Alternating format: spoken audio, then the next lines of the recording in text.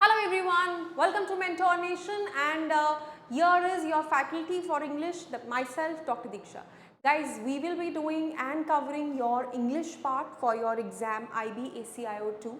Every one of you might be quite courageous, quite motivated, quite known about this exam and then following up with so much of vacancies जो अभी आई हैं यार.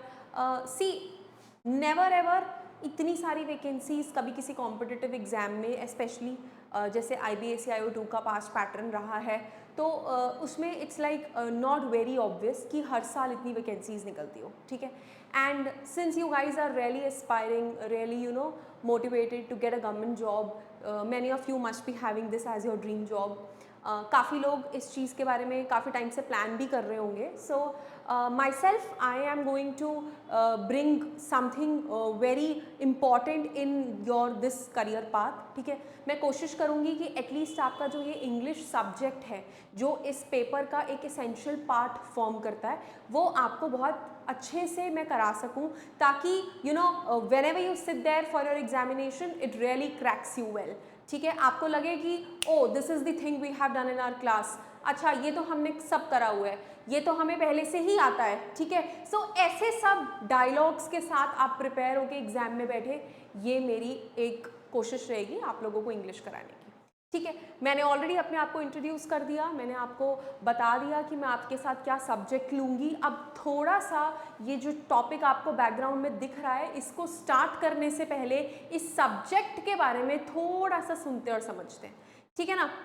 वैसे तो यार English एक ऐसा सब्जेक्ट है जो मैं आपको बताती हूँ बहुत तरह के एस्पिरेंट्स होते हैं, ठीक है. अगर मैं आपको कैटेगराइज करके बताऊँ ना एग्जैक्टली तो whenever it comes to English in any competitive exams there are a type of candidates जो ये बोलते हैं कि यार इंग्लिश तो मैं कर लूँगा, हो जाएगी, मैं लगा लूँगा, इसके तो क्वेश्चंस मैं निकाल लूँगा, इसकी तैयारी की मुझे ज़रूरत नहीं है, ठीक है. ऑन द कॉन्ट्ररी दूसरे तरह के लोग आते हैं जो ये कहते हैं यार इंग्लिश में हाथ बड़ा टाइट है, इसको करना बड़ा मुश्किल है, कैसे करूँगा यार, इसी के क्वेश्चंस मेरे मेजर गलत होते हैं. तो in the this era, in this examination pattern बहुत सारे तरह के कैंडिडेट्स बैठते हैं और हर किसी का अपना अपना एक वीक पॉइंट भी होता है, राइट. जैसे कि मैंने आपको ऑलरेडी बताया कि देर आर अ कैंडिडेट्स जो इसको सिंपली कर लेंगे, देर आर कैंडिडेट्स जिनका हाथ बहुत टाइट होगा तो उनको लगेगा यार कि इंग्लिश में हमेशा मैं रह जाता हूँ, हमेशा मेरे इंग्लिश के क्वेश्चन ही गलत हो जाते हैं. और ऐसी काफ़ी बारी मैंने अपने स्टूडेंट्स के मुंह से या अपने नोन लोगों से ये बातें बहुत सुनी है कि ऐसा मेरा रह गया, ठीक है.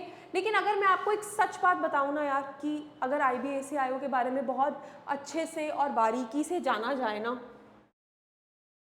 तो ना यार ये बहुत ही वैसा एग्ज़ाम है जिसमें अगर आपने इसको टारगेट कर लिया तो आपका टायर 1 का आधा प्रॉब्लम, टायर 2 का बेसिक प्रॉब्लम सॉल्व हो जाते हैं. अगर इस इंग्लिश को मास्टर करने की बात करी जाए ना इसका सिर्फ एक ही की रूल है and that is rules. You need to know each and every rule, ठीक है. आपको ये जानना बहुत ज़रूरी है कि इस सेंटेंस में क्या वर्ड लगाना है, उसके पीछे क्या रूल है, ठीक है. यार हम सबको पता है that English is a language, ठीक है. इंग्लिश हो, हिंदी हो, से फॉर एग्जाम्पल जर्मन हो, फ्रेंच हो, कोई भी लैंग्वेज हो, उसको मास्टर करने का एक ही तरीका होता है, उसके बेसिक्स समझ लो. वंस आपको उसके बेसिक्स आ गए आप उस लैंग्वेज में अच्छी तरह डीप डाइव इन कर सकते हो and then you can form sentences which are absolutely correct. हमारे यहाँ जो मैंने आपको दो कैटेगराइजेशंस बताई है ना, ये वाले लोग जो कहते हैं इंग्लिश तो हो जाएगी, उनकी इंग्लिश क्यों हो जाती है यार, बिकॉज वो लोग या तो बचपन से एक ऐसे स्कूल में या ऐसे कॉलेज में से पास आउट होते हैं जहाँ पे English speaking languages, English speaking medium रहता है, बुक्स इंग्लिश में है and they have been reading out English since their childhood, ठीक है. देयर माइट बी स्टूडेंट्स यार जिनको रूल्स के बारे में एब्सोल्युटली सब पता भी हो, बट मेजॉरिटी चंक क्या होता है जिन्हें रूल्स के बारे में भी इंफॉर्मेशन नहीं होती है, वो बस सेंटेंस रीड करते हैं, सेंटेंस रीड करके वो पता लगाते हैं कि अच्छा ये बैठ रहा है सही, ये तो नहीं बैठ रहा है सही, ये ज़्यादा सूटेबल लग रहा है, ये थोड़ा कम सूटेबल लग रहा है, और चार ऑप्शंस में से वो इस तरीके से जो मोस्ट सूटेबल होता है उसको टिक कर देते हैं. ठीक है, बट उसके पीछे ये रूल क्या है कि आखिर हमें क्यों ये ज्यादा सूटेबल लग रहा है, वो कोई जानता नहीं होता। Majority population doesn't know about it, okay. But यहाँ पे जो लोग हैं जिन्हें बिल्कुल कुछ नहीं पता, वो इंग्लिश सीखेंगे, वो इंग्लिश सीखने की कोशिश करेंगे इन अटेम्प्ट कि उनका ये पेपर अच्छा हो जाए, उनका ये ग्रामर पोर्शन निकल जाए, तो वो उसमें एफर्ट्स पुट इन करेंगे, right. So for all of these type of people I am bringing only one and one thing which I am going to teach you very detailed version in that is the rules. आप हमारे course को following करेंगे तो मैं आपको हर detailed rule explain करूंगी, ठीक है। मैं आपको बताऊंगी कि कौन सी चीज कैसे एडजस्ट इन की जाएगी, कहाँ पे कौन सी चीज सूटेबल बैठ रही है, तो उसके पीछे एक्चुअली में रीजन क्या है, ठीक है। Everything would be studied. Coming back to our topic that's PYQ session 2013, right. इसमें हम बात करेंगे इंग्लिश की, जो आया था 2013 में। I have listed set of questions, मैंने वो सारे सेट ऑफ क्वेश्चंस निकाले हैं पेपर से और उनको इस PPT में पुट इन किया है। हम एक एक करके क्वेश्चन डिस्कस करेंगे और कोशिश करेंगे जानने की कि कैसे हम इसको कवर अप कर सकते हैं। फाइन, चलिए पहला क्वेश्चन रीड करते हैं। मैं आपको एग्जैक्टली सारी चीजें क्वेश्चन के साइड बाय साइड नहीं समझा पाऊंगी, क्योंकि इनको सॉल्व करने के लिए आपको प्रीवियस पूरी नॉलेज पता होनी चाहिए, ठीक है। आपको पता होना चाहिए कि अगर मेरा एक सेंटेंस है जो मेरा इंग्लिश में बना है, उसमें मेरे क्या क्या पार्ट्स ऑफ स्पीच है, उसमें मेरी क्या क्या चीजें हैं जो मुझे जाननी है, जो मुझे समझनी है, देन उसमें आगे एप्लीकेशन के लिए क्या क्या रूल्स हैं। जैसे आप लोग मैथमेटिक्स करते हैं तो मैथमेटिक्स में कोई भी चीज करने के लिए एक फॉर्मूला होता है, उस फॉर्मूला को यूज इन करके आप उस क्वेश्चन के सोल्यूशन तक पहुंचते हैं। यहाँ पे भी हमें उन रूल्स के बारे में देखना है, उन रूल्स को पढ़ना है, समझना है, याद करना है मोस्ट इंपॉर्टेंटली, एंड देन आप उसको फिक्स इन कर सकते हो, ठीक है।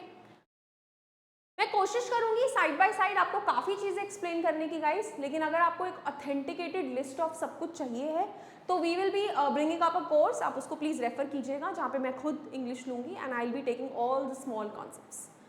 चलिए, choose the correct sentence among the following, ठीक है। आपको इन चारों ऑप्शंस में से एक करेक्ट सेंटेंस चूज करना है। One thing more, I will be doing everything from scratch, हर चीज स्क्रैच से शुरू करेंगे ताकि ये वीडियो उनके लिए भी हेल्पफुल रहे जिनकी इंग्लिश में बिल्कुल पकड़ नहीं है, ठीक है। पहला सेंटेंस कह रहा है the danger will continue its growth.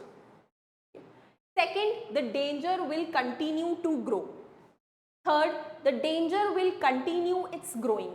Fourth, the danger will continue growth, ठीक है। चारों सेंटेंसेस पढ़ने के बाद हमें यह समझ में आया कि हम बात किसकी कर रहे हैं, the danger. We are talking about some danger over here, right. To our knowledge we know that danger exactly means खतरा, ठीक है। और उसके साथ हमने आर्टिकल यूज किया है हमारा द। तो हम द किसके साथ यूज करते हैं, जब हम एक ऐसी चीज की बात कर रहे हैं जो किसी एक चीज को स्पेसिफिक नहीं होती, राइट। तो खतरा किसी भी चीज से हो सकता है, so that is the danger, right. The danger will continue, this is same exactly in all the sentences. अगर हमने यहाँ विल लगाया है तो हमने कौन से टेंस का इस्तेमाल किया है, हमने किया है फ्यूचर टेंस का इस्तेमाल। हम विल की बात कर रहे हैं कि करेंगे, खतरा होगा, खतरा कंटिन्यूड रहेगा, ठीक है। So the danger will continue. Since we are using here continue, that's the first form of verb. We are referring to here as simple future tense. चलिए, the danger हमारा subject है जिसकी हम बात कर रहे हैं, and the danger will continue. Danger continue करता रहेगा अपनी growth को, ठीक है, मतलब बढ़ता रहेगा। अब यार डेंजर अगर एक नाउन है तो उसकी ग्रोथ मीन्स वो बढ़ेगा।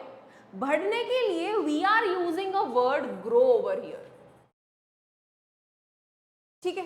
अब अगर आप इस सेंटेंस को वन गो में रीड करिएगा तो आपको पता लगेगा कि what's the action that's happening here. यहाँ पे एक्शन हो रहा है कि it will continue, so the verb over here is continue. Actually में जब आप इंग्लिश ग्रामर पढ़ते हो तो ग्रो भी खुद एक वर्ड है, ग्रो का मतलब होता है उगना, है ना, वो भी एक अपने आप में एक वर्ब है, लेकिन यहाँ पे it is not being used as a verb. यहाँ पे वो डेंजर के विद रिस्पेक्ट बता रहे हैं कि डेंजर कंटिन्यू करता रहेगा to grow, right. So the most preferable answer over here will come out to be second. Why? Because as grow verb has to act as noun in the above given sentence, it won't act as a verb. Okay, so to make the verb act as so, we always use to in front of that specific verb. तो यहाँ पे to इसी line में use किया गया है, the danger will continue to grow and hence we'll have this as the most suitable answer. तो आपने अगर नोटिस किया हो, इस क्वेश्चन को सॉल्व करने के लिए मैंने सबसे पहले सेंटेंस की पार्ट्स ऑफ स्पीच ढूंढी, उसमें क्या है, वो किस बारे में बता रहा है, वो किस चीज़ को रेफर कर रहा है, उसमें एक्शन क्या है, उसमें किस चीज़ को स्पेसिफाई किया जा रहा है, और उसके बाद मैंने अपना रूल लगाया कि अगर किसी वर्ब को मुझे एज अ नाउन बताना होता है तो वहाँ पे मैं हमेशा टू यूज़ करती हूँ. दिस इज माई रूल जो मुझे अपनी नॉलेज से पता है, and hence I could lead to a correct sentence. Got it guys? This is how we go with the question. चलिए नेक्स्ट. सेकेंड क्वेश्चन बता रहा है कंप्लीट द फॉलोइंग सेंटेंस. इस सेंटेंस को कंप्लीट कीजिए. सेंटेंस क्या कहता है? This is the best book. This is being refer to as the book. ठीक है, तो वो उसके लिए यूज हो रहा है, so it's a pronoun. Is our helping verb जो उसको हेल्प कर रही है एक सेंटेंस फॉर्मेशन में. The again we have an article over here. ठीक है, बेस्ट बुक कैसी है? बेस्ट है. So that's the quality of the book. So that is nothing but adjective. So this is the best book. आगे हमारे पास चार options हैं. Of all others on history, of any other on history, of all on history, of any other in history. चारों option समझ के हमें ये तो समझ में आ गया कि ये बताना चाह रहे हैं कि एक बुक बेस्ट है किसमें? हिस्ट्री में, बाकी सबके कंपैरिजन में. राइट, एक वर्ड यूज हुआ है कंपैरिजन, और यहाँ पे हमें एडजेक्टिव दिख रहा है. अब अगर हमें अपने एडजेक्टिव्स की पूरी नॉलेज होगी तो हम ये बात जानते होंगे कि एडजेक्टिव की 3 डिग्रीज होती हैं: पॉजिटिव, कंपैरेटिव एंड सुपरलेटिव, जो कि मैक्स है. ठीक है, क्या मैंने यहाँ बुक को किसी के साथ कंपेयर किया? मैंने बोला बुक बेस्ट है, मैंने उसको एक ऊंची position they the. So that means I am using here the superlative degree. और जब मैं आपको एडजेक्टिव्स पढ़ाऊंगी हमारे कोर्स में, तो वहां मैं आपको बताऊंगी कि एडजेक्टिव्स का वन ऑफ द रूल होता है क्या, कि जब भी हम सुपरलेटिव डिग्री यूज करते हैं, with which we always use of all. This is a rule. Again, मैंने आपको पहले ही बताया इंग्लिश किस पे घूम रही है? रूल्स पे. अब आइए देखिए कहाँ पे है ऑफ ऑल. ऑफ ऑल, पहली बात तो ऑफ ऑल मेरे सिर्फ 2 ऑप्शंस में है, तो मेरा ये 2 ऑप्शंस तो एलिमिनेट हो गए. Then of all others on history, of all on history. ये यहाँ सोल्यूशन में मेंशन नहीं है, लेकिन मैं आपको अपनी नॉलेज से बता रही हूँ कि जब ऑफ ऑल आता है ना, तो ये वर्ड अदर नहीं आता. ये भी एक रूल है ना. ये सब रूल्स की मैं आपको लिस्ट लिखवाऊंगी, पूरी वोकैबुलरी की एक कॉपी लिखेंगे जिसमें हर वर्ड का मीनिंग हम डिस्क्राइब करके पढ़ेंगे. तो उससे क्या होगा, पेपर में कुछ भी आ जाए, यू आर ऑलरेडी प्रिपेयर्ड, है ना. ठीक है जी, तो हमारा सूटेबल आंसर एक ही बनता है, थर्ड. कितनी आसानी से क्वेश्चन सॉल्व हो गया. ठीक है ना बेटा, तो बहुत सारी चीजों को हमें लेके चलना है. Next, choose the answer that is closest in meaning to the following sentence. एक ऐसा ऑप्शन ढूंढिए जो इस गिवन सेंटेंस के क्लोजेस्ट है मीनिंग में, मतलब राइट. तो पहले तो इस सेंटेंस का मतलब ये सेंटेंस इनमें से किन से मैच कर रहा है, ये जानने के लिए हमें इतना तो समझ में आना चाहिए कि इसका मीनिंग क्या है ना. तो आओ रीड करते हैं. Yi, it's a name, right? So that's a noun. Has her house painted. I'm writing the sentence over here. Has, okay, I have a subject, that's the name. Has her house painted. Verb क्या है? Painted. क्या लगा है painted के साथ helping verb? Has painted है तो मतलब प्रेजेंट परफेक्ट टेंस का इस्तेमाल करा गया है, क्योंकि प्रेजेंट परफेक्ट टेंस का रूल होता है has plus third form of verb. साथ ही साथ उन्होंने हमें दो चीजें दी हैं, नाउन जो कि उसका घर है, क्योंकि उसका है, so that's a pronoun. So what ever the subject was, एक तो वो लड़की है, हर है, ठीक है, उसका घर है और उसने उसको पेंट करवाया, पेंट करवा चुकी है, वो करवा चुकी है. ये भी मैं आपको टेंस में समझाऊंगी जब मैं टेंस पढ़ाऊंगी कि हिंदी में हर टेंस को कैसे लिखा जाता है, कैसे जब हम ट्रांसलेशन करते हैं तो हम समझें कि कौन सा टेंस इसमें आएगा. ये सब मैं आपको बिल्कुल स्क्रैच से बताऊंगी. Has her house painted white yesterday. तो जी उसने कैसा पेंट कराया है, उसने पेंट कराया है white. That's the quality, that will somewhere lie around the adjective part. कब कराया है, येस्टरडे. ये टाइमिंग्स है, ठीक है. आइए अब सेंटेंस पढ़ते हैं. She painted her house white yesterday. इसका मतलब है उसने अपना घर कल पेंट किया. क्या उसने अपना घर पेंट किया या करवाया? हैज हर हाउस पेंटेड, अपना घर पेंट करवाया, ठीक है. लेकिन यहां वो कह रहे हैं अपना घर पेंट किया, कहीं ना कहीं सूटेबल नहीं बैठ रहा. Her house was not blue last week. अरे इसका तो कहीं जिक्र ही नहीं है, तो ये तो बिल्कुल एलिमिनेटेड है option. Third, they painted, somebody, कोई थर्ड पर्सन है, they painted her house, they painted her house white for her, उसके लिए, सब्जेक्ट के लिए, yesterday. It's making sense. She painted her house yesterday, फिर गलत, व्हाइट भी नहीं मेंशन इसमें, और उसने तो किया ही नहीं, उसके लिए तो करवाया है, right. So what's the most suitable answer here, question number option number 3. लेकिन again to figure out option number 3 आपको पता होना चाहिए रूल्स क्या है, पार्ट्स ऑफ स्पीच क्या है, क्या क्या गिवन है, किसके बारे में बात कर रहा है, ट्रांसलेशन पता होनी चाहिए, नो सेंटेंस गिवन है उसकी इंग्लिश आनी चाहिए, सब पता होना चाहिए, करेक्ट. बीच में मैं आपको बताऊंगी तो हूँ ना कि मैं कहाँ ये सब पढ़ाऊंगी. So here is my platform guys, mentor nation पे आप जाइएगा, आपको वहाँ पे दिखेगा हमारा course, and I myself will be taking English over there. चलिए, प्राइस पॉइंट बिल्कुल लो है यार, please please don't miss the opportunity. Question number 4, आगे चलते. Choose the idiom. जितने भी लोग ये वीडियो देख रहे हैं उसमें से 95% लोगों को पता होगा ईडियम सिलेबस का पार्ट है, डेफिनेटली पता होगा. लेकिन ईडियम में करना क्या है ये 5% को भी नहीं पता होगा. ईडियम को पढ़ना कैसे है, दुनिया भर के ईडियम्स हैं, उन्हें याद कैसे रखना है, उनको अप्लाई कैसे करना है, ये सब नॉलेज नहीं है हमें. हम English, again I am repeating, तुक्के से कराते हैं पेपर में, बट तुक्का नहीं लगाना है. अगर आप लोग इस कॉम्पिटिटिव एग्जाम की साइकिल में और आप ऐसे सेवरल एग्जाम्स के लिए अपियर कर रहे हैं, इंग्लिश का एक वन स्टॉप सोल्यूशन है, ठीक है.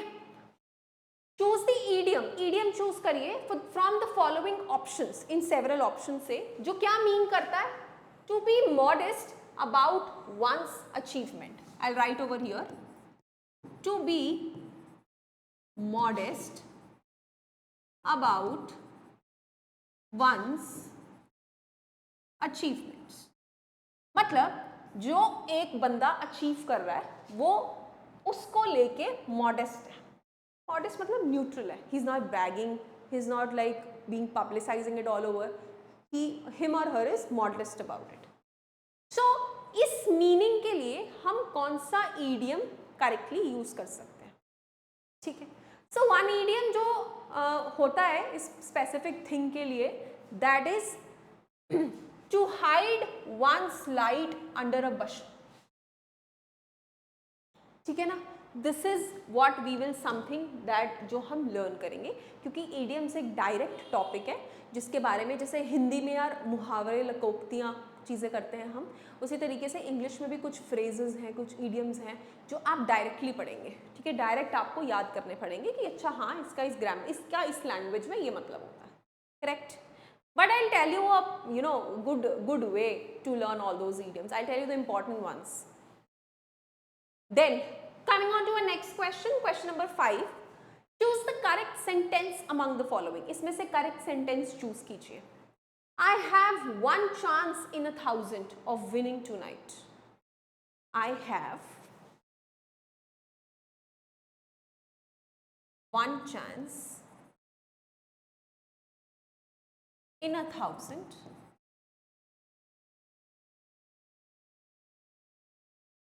of winning tonight.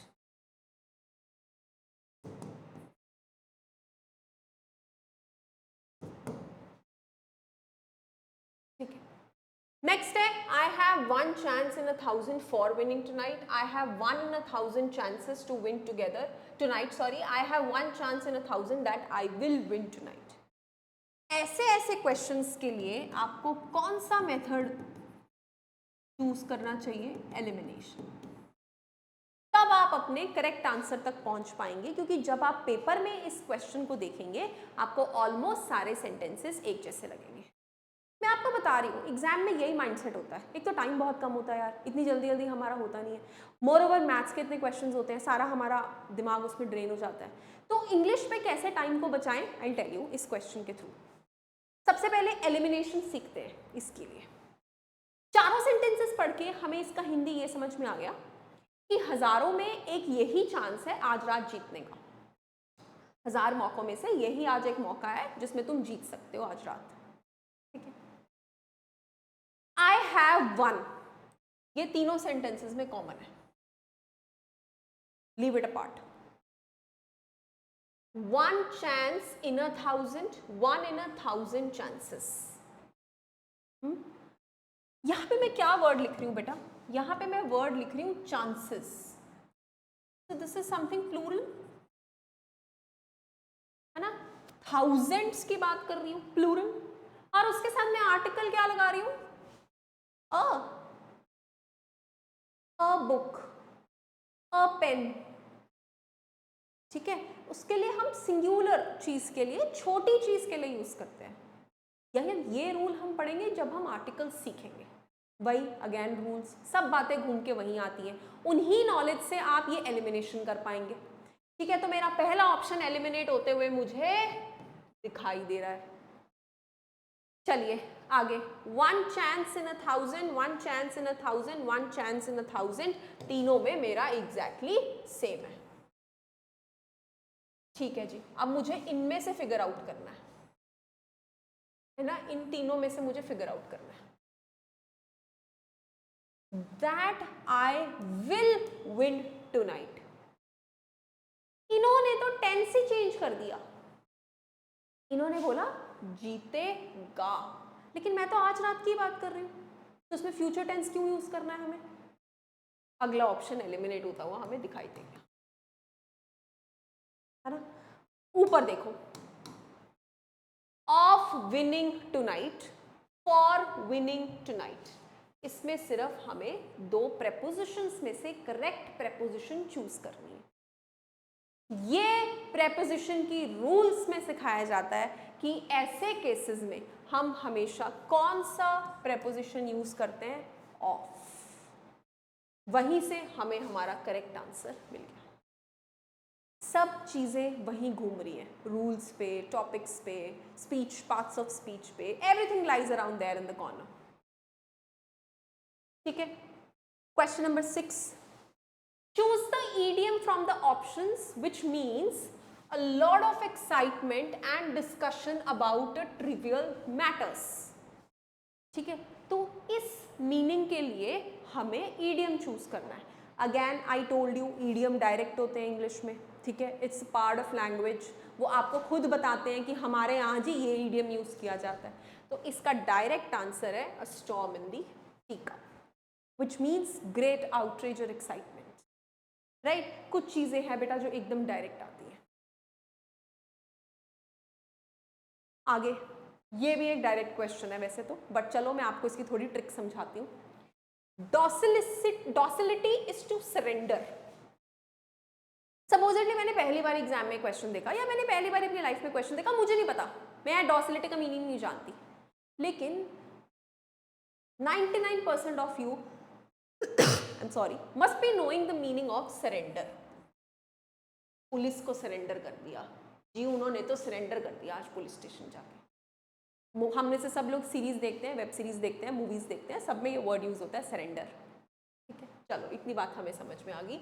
डॉसिलिटी और सरेंडर मतलब अपने आप को किसी के हवाले कर देना. As unrest is to dash.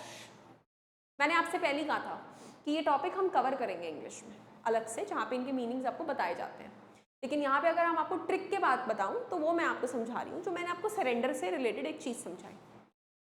जब मैं ये वर्ड अनरेस्ट पढ़ती हूँ और आगे के ऑप्शंस देखती हूँ, ना मेरी एजुकेशन में मुझे कहीं ये अनरेस्ट शब्द दिखता है, ना मुझे मेरे हॉस्पिटल में कहीं ये अनरेस्ट शब्द दिखता है। ठीक है, अनरेस्ट कहाँ यूज किया जाता है? मोस्टली उस केसेस में जहां पे कहते हैं हथियार डाल दो, अनरेस्ट, हथियार डाल दीजिए प्लीज। और उससे रिलेटेड कहाँ वर्ड हमारा बैठता है? Rebellion, right? किसी से रिबेल, किसी से फाइट करना, एक जंग, एक वॉर, ठीक है, वहां पे ये वर्ड सूटेबली यूज किया जाता है। तो ट्रिक ये थी कि आप अपनी कॉमन नॉलेज से इस चीज को कर सकते हैं। Otherwise in our course we will be doing all these things in detail कि कैसे इसे करा जाता है। ठीक है, तो रिबेलियन, देखिए कितने आसान क्वेश्चन आए हुए बेटा पेपर में, 2013 में है, कुछ ऐसा नहीं है जो आउट ऑफ द बॉक्स है, बट अगर आप समझ से अपनी ध्यान से करेंगे आपके पूरे के पूरे क्वेश्चंस करेक्ट हो सकते हैं। Next question number 8, mitigate is to punishment as elevate is to what? इसमें भी these are actually vocab words, इसके लिए नॉलेज होनी चाहिए वोकैब वर्ड्स की, एंटोनिम्स की, सिनोनिम्स की, the words which exactly mean the same, words which are opposite and general English words जिनके मीनिंग हमें पता होने चाहिए। तो मैं आपको बताती हूँ एलिवेट का मीनिंग क्या होता है। एलिवेट का मीनिंग होता है लेस पेन, आराम से हो जाने वाली चीज। मिटिगेट का मतलब होता है कम तकलीफ, लेस पनिशमेंट। तो देखा जाए ये दोनों ऑपोजिट है, तो इसका भी ऑपोजिट क्या होगा? Pen. So the answer would be 4th. Okay, next question number 9 क्या कहता है? What I bred in the bone will come out in the flesh. Choose the meaning that is closest in the meaning to this proverb. जैसे हमने idioms का मैंने आपको बताया direct आते हैं, उसी तरीके से ये कुछ proverbs होते हैं जिनकी मीनिंग्स डायरेक्ट हमें पता होनी चाहिए। तो इसका मीनिंग है whatever I bred in the bone will come out in the flesh. इसका डायरेक्ट मीनिंग पढ़ाया जाता है that inherited characters can not be concealed, they have to be passed down. ठीक है जी, next, choose the pair which represents closest the relationship expressed in the original pair in capital letters, that is mendacity to honesty is to what? ठीक है, अगर मैं आपको बात करूं इस वर्ड का मीनिंग होता है नॉट ऑनेस्ट या डिसऑनेस्ट, तो दैट मीन्स ये कहीं ना कहीं एंटोनिम्स है। यहां पे ट्रूथ और ब्यूटी कहीं ना कहीं से एंटोनिम जैसी चीज तो नहीं फॉर्म करते, उनका तो कोई रिलेशन भी हमें दिखाई नहीं दे रहा। Sportsmanship and fortitude no, yes, courageous means हिम्मत वाला एंड क्रेवन मीन्स डरपोक, तो ये कहीं ना कहीं ऑपोजिट वर्ड फॉर्म कर रहा है and this will go with the correct answer. मैं दोबारा बता रही हूँ, इन सब चीज़ों के लिए वोकैबुलरी नॉलेज होनी चाहिए, इन सब के लिए कोई रूल्स नहीं काम आते हैं। We have the knowledge of vocabulary जो मैं आपको सिखाऊंगी in my course. Then last question, choose the set of words that when inserted in the sentence best fit the meaning of the sentence as the whole, again related to vocabulary. Unable to dash his whole hearted distaste for media events, मतलब उसको बताना है कि मुझे ये media events पसंद नहीं है। And publicity, the मिफ्ट minister continued to make dash comments throughout the speech. ठीक है, तो अगर मैं सारे वर्ड्स को लगाऊं तो मेरे को यहाँ पे बेस्ट सूटेबल ऑप्शन दिखता है unable to disguise his whole, disguise मतलब पूरा बाहर निकालना, his whole hearted distaste for media events and publicity, the मिफ्ट minister continued to make caustic comments, मतलब सरकास्टिक, नेगेटिव। ठीक है ना, सो थर्ड ऑप्शन हमारा जाएगा again with the knowledge of vocab words. ये तो बिल्कुल डायरेक्ट है चीजें, जितना आप इंग्लिश पढ़ोगे उतना आप क्वेश्चन अटेम्प्ट कर पाओगे। ठीक है, दिस वाज द आंसर की, वैसे मैं आपको करा चुकी हूँ already, and that is all for the PYQs for 2013। I hope guys you like my video, आपको समझ में आया, आपको बेसिक रूल्स पता लगे, आपको ये जानने को मिला कि इंग्लिश को पढ़ा कैसे जाता है, what's the right way to attempt the questions and get them all corrected. ठीक है, सो मिलते हैं गाइज नेक्स्ट वीडियो में, and I will be bringing more PYQ based videos like this. Thank you so much.